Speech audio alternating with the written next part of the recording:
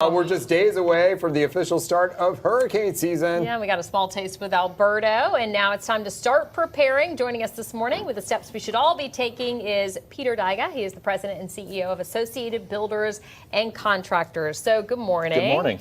All right, so hurricane season starts on Friday. What should we all be doing to prepare? Well, it'd be great if we all kind of prepared in advance, right? Like this guy, he's already prepared. Exactly. I mean, we don't really need to have those lines in the stores because you can buy a lot of those canned goods now. And, one of the things I like to say is, your tap water is perfectly good, even leaving right up to a storm. So save your milk jugs and your juice jugs and fill them instead of running to the store and emptying the shelves of water. So, yeah, so stock up, on the non-perishables at the beginning of the season and start saving your containers so that you can fill them up as it approaches.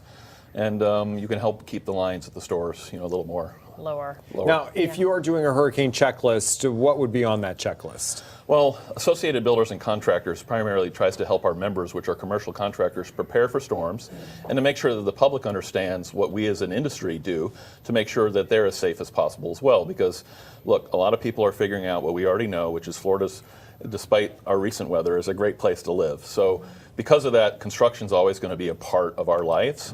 And what we try to make sure we do is when a storm's coming, and there's certain things you have to do 48 hours out, 24 hours out, et cetera, on a construction site to make sure that your neighbors and whatnot are safe.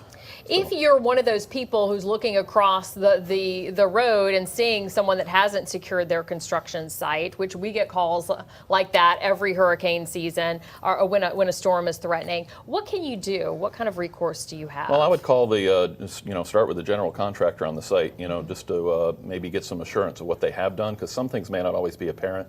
A lot of what's done is not apparent, but you should, most contractors, I think, and organizations like ABC, especially the smaller contractors and mid-size, we have a plan, that we can help distribute to them to make sure that they know exactly what needs to be done and the steps that need to be taken, so that their site's as secure as possible. So. All right, well, thank you for your time. And now is the time to get ready, like you said, before those lines form, before a storm. And you can actually, on Friday, take advantage of the tax-free holiday with discounts on things like your batteries, maybe a new generator, and other hurricane-related supplies. Well, we're going to have all the information posted at our website at cbswhelp.com. So, maybe this year you don't have to wait in those long lines. Yeah. One last question. Yeah. How many tanks of propane do you think I should have in my garage to be ready? So he's obsessed with propane. I think 2 should be good for Does it get to a point where you have too many? And that becomes a danger. Of course. Blow off your whole garage. Absolutely. So. All right, so limit it to 2. That's right. Just wanted to know. Thanks.